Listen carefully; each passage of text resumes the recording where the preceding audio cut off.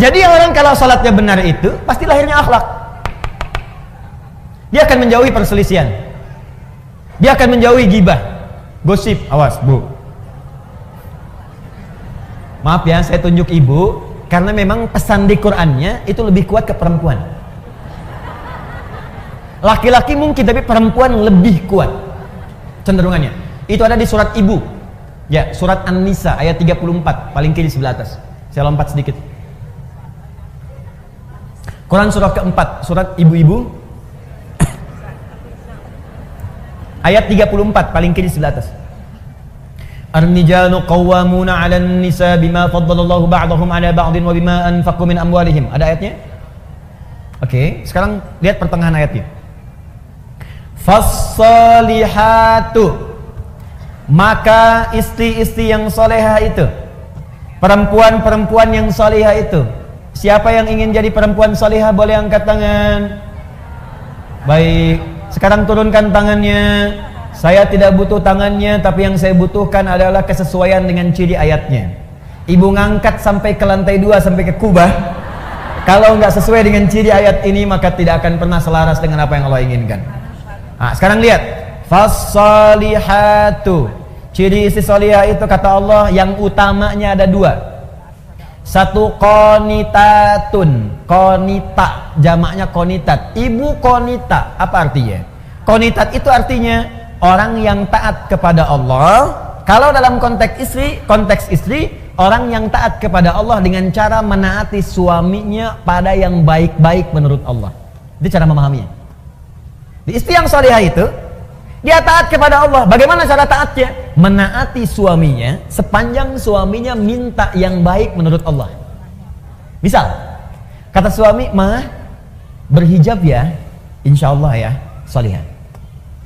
Ma, besok ikut ta'lim ya, insya Allah Pak, salihah. Ma, malam tahajud ya, insya Allah Pak, salihah. Ma, besok baca Quran ya, Pak nanti aja deh, setengah salihah." Ngapain sih Pak Quran melulu? Tidak solihah. Jelas? Nah, jadi ibu, kalau suami minta pada yang baik-baik, ibu cepat kerjakan. Sebetulnya bukan suami yang minta, tapi Allah yang menurunkan lewat perintah itu untuk bertanya kepada Anda. Hei, kamu solihah bukan? Kamu solihah tidak? Tidak Ustadz, saya anak. Bukan namanya, sifatnya. Jadi ketika lewat kemudian di kalimat ustadz, apalagi di kalimat suami, itu untuk mengecek sifat solihah itu ada tidak. Mama, nanti mama malam tahajud ya, kalau papa terlampau capek mama bangun. Papa gimana sih nyuruh tapi tidak dilaksanakan? Jangan lihat kalimat itunya Bu, lihat kalimat perintahnya. Boleh jadi itu titipan Allah untuk menaikkan level solihah ibu. Karena itu ketika suami dipasangkan dengan istri, seringkali Allah kirimkan kemudian karakter-karakter pada suami, perintah-perintah pada suami, sebetulnya untuk menyempurnakan sifat istri. Itu hikmahnya. Dan sebaliknya, diturunkan kemudian pasangan pada istri yang serupa, karena ini kemudian lahan untuk menyempurnakan sifat suami. Makanya pasangan itu pasti sesuai. Dan jangan pernah mengharapkan pasangan orang. Kenapa suami saya tidak seperti ustadz ya? Udah itu jalurnya. Jelas ya? Nah, cirinya itu. Tapi kalau suami memerintahkan kepada yang tidak baik menurut Allah, ibu boleh tolak dengan cara yang lembut. Nah, besok papa ada family gathering di perusahaan. Mama kan tahu level papa di perusahaan. Yang lain nggak ada yang pakai jilbab mah. Lepas dulu lah, paling cuma 30 menit. Ibu boleh tolak dengan cara yang lembut. Pak, pekerjaan rezeki itu sudah Allah atur Pak. Yang belum teratur kan surga kita. Mama khawatir ketika jilbab ini dilepas kita terpisah di surga. Lebih baik kita kenakan ini, dan ini bisa mengantarkan kita pada rezeki yang baik dan ridha Allah Subhanahu wa Ta'ala. Khawatir kalau nanti saat minggu mama wafat, siapa yang tanggung jawab? Itu lebih indah masuk ke dalam hati dibandingkan dengan celaan dan kagetan. Lepas dulu ya Ma. Apa? Paham ya? Itu begitulah. Walaupun memang tidak mudah. Ustadz juga sama ya. Sama. Makanya jarang Ustadz ceramah bawa istrinya. Itu sangat jarang. Ini live Mas. Nanti kita selesaikan di rumah. 2. Nah ini kaitan dengan yang tadi. Hafizatun lil ghaibi bima hafizallah. Ciri istri salihah itu adalah menjaga nama baik keluarga, suami, khususnya ketika tidak sedang bersamanya. Perhatikan baik-baik, yang telah Allah tutupi. Jadi kalau ada aib di rumah tangga, kata Allah jangan buka keluar. Ini jaminan Allah, Bu, ya. Sepanjang ibu tidak buka keluar, maka Allah akan tutup sampai dengan hari kiamat. Makanya kata Nabi, kalau ada peristiwa terjadi malam hari nggak enak, siangnya jangan dibuka, tutup. Kalau ada peristiwa siang, jangan dibuka malamnya. Nah ini yang terjadi seringkali, siang masih dibuka. Dan sekarang wasilahnya banyak, media sosial. Dia nggak keluar rumah, tapi bisa bikin status di dalam rumah. Nah yang paling tidak elok itu kadang-kadang, ini menjadi bahan untuk berbuat maksiat. Padahal dia sholat, tapi masih dikerjakan. Yang digosipkan bukan urusan luar, yang dibawa keluar justru masalah di dalam rumah. Judulnya memang pengajian, datang Ustadz belum tiba, ketemu kawan, saling bersalaman, apa kabar? Iya sayang, kemana aja? Alhamdulillah sehat. Gimana kabarnya? Baik. Keluarga gimana? Sehat. Suami gimana? Di situ masalahnya.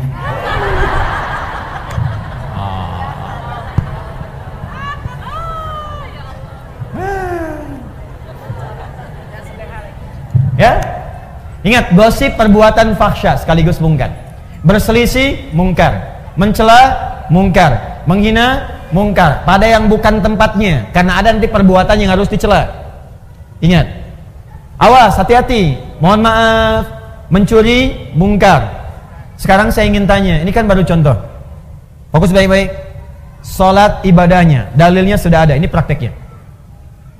Dalilnya ini, petunjuknya ini, hikmahnya ini, puncaknya akhlak. Di akhlak itu puncak dari semua ketentuan yang Allah turunkan kepada kita.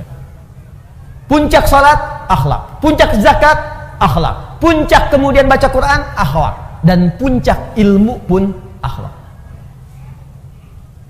Menuntut ilmu ibadah bukan? Ibadah, makanya dalilnya banyak di Quran. Apa dalilnya? Sepanjang ibadah mesti ada dalil. Banyak dalilnya.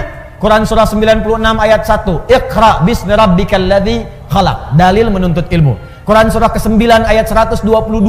Wa ma kana al-mu'minuna liyanfiru kaffah falaula nafara min kulli firqatin minhum ta'ifah liyatafaqahu fid din. Cara menuntut ilmu.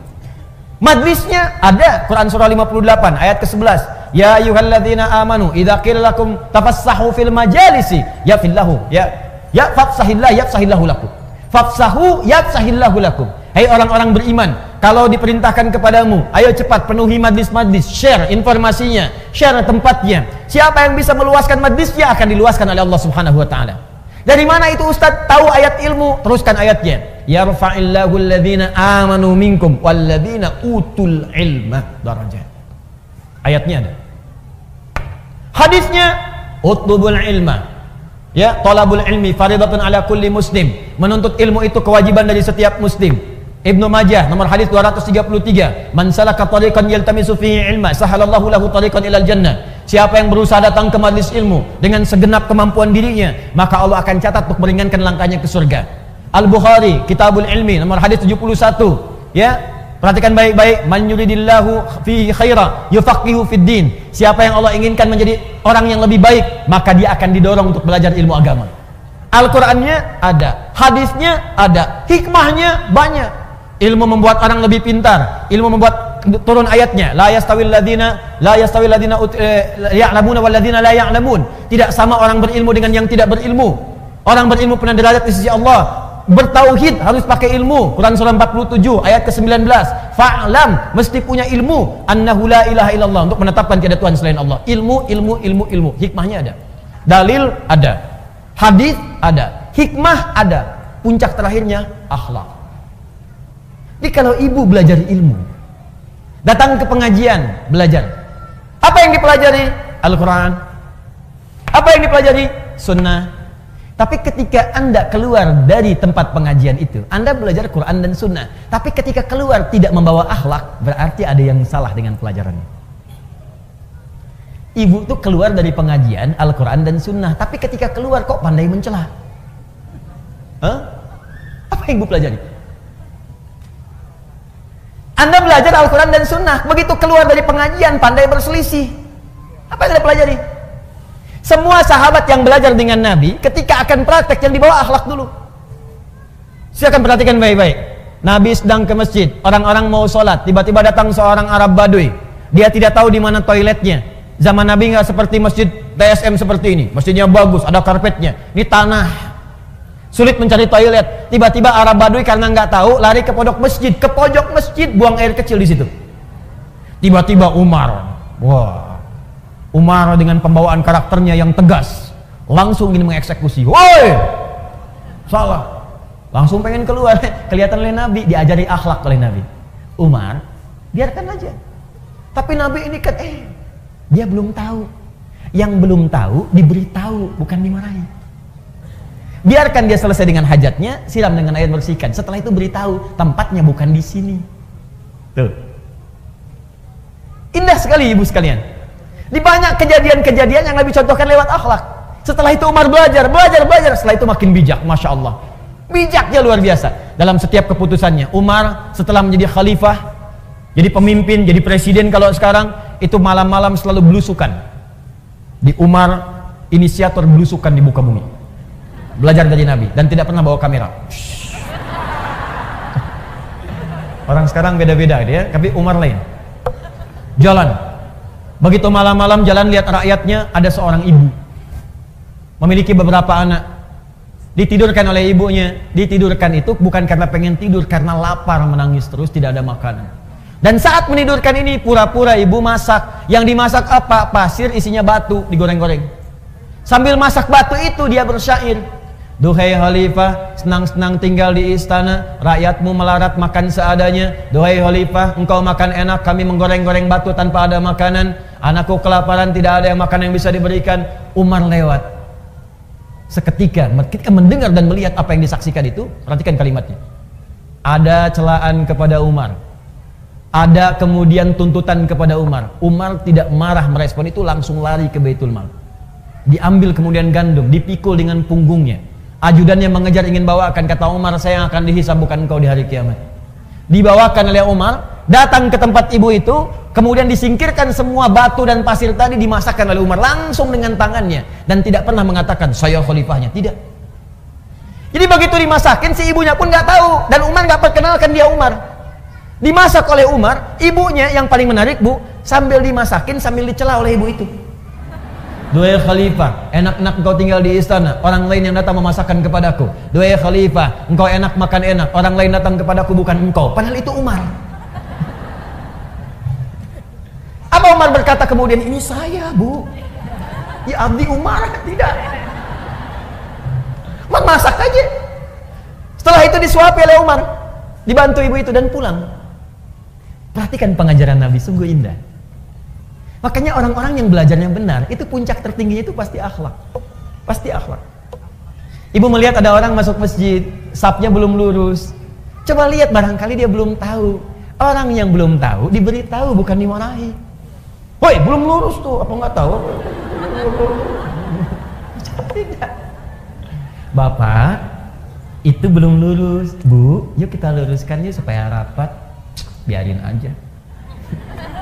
Usil aja. Saya di sini sudah 10 tahun. 10 tahun.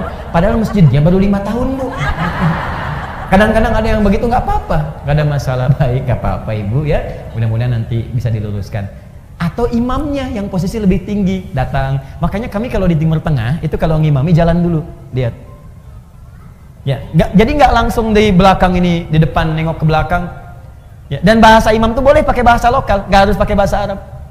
Ya, contoh itu bahasa, ada bahasa yang harus Arab sepenuhnya seperti azan, sholat harus bahasa Arab.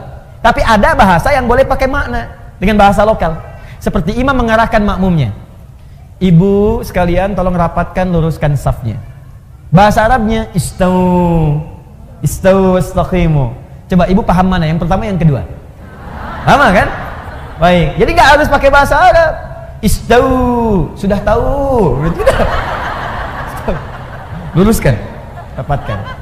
Nah, kadang-kadang ada yang belum paham, maka bergeser, lihat, Bu ini belum lurus, belum rapat. Nggak apa-apa kok Pak, di sini aja enak. Ah, kalau ibu nggak pengen rapat, gampang caranya, jadi imam. Imam tuh nggak harus rapatkan kanan kiri, sendirian aja depan. Oh ya nggak apa-apa nih kalau gitu saya rapatkan, enak. Pertanyaan saya, kenapa sekarang banyak orang belajar kok tiba-tiba jadi kasar gitu? Yang paling aneh itu begini, belajar Islam tapi kok jadi berselisih. Kenapa? Pulang ke rumah berselisih dengan suami, pulang ke rumah berselisih dengan tetangga. Anda tuh belajar apa? Nabi itu datang ke Madinah mempersatukan. Kenapa Anda belajar kemudian memecahkan diri? Coba cek, silahkan baca sejarah. Nabi di Mekah menyatukan, datang ke Madinah mempersaudarakan Aus dengan Khazraj. Ini Anda belajar tiba-tiba pulang jadi memecah. Pasti ada yang salah. Akhlaknya kemana? Apa penyebab seseorang ketika belajar ilmu tidak melahirkan akhlak? Apa penyebabnya? Itu inti materi kita yang tadi mukaddimah.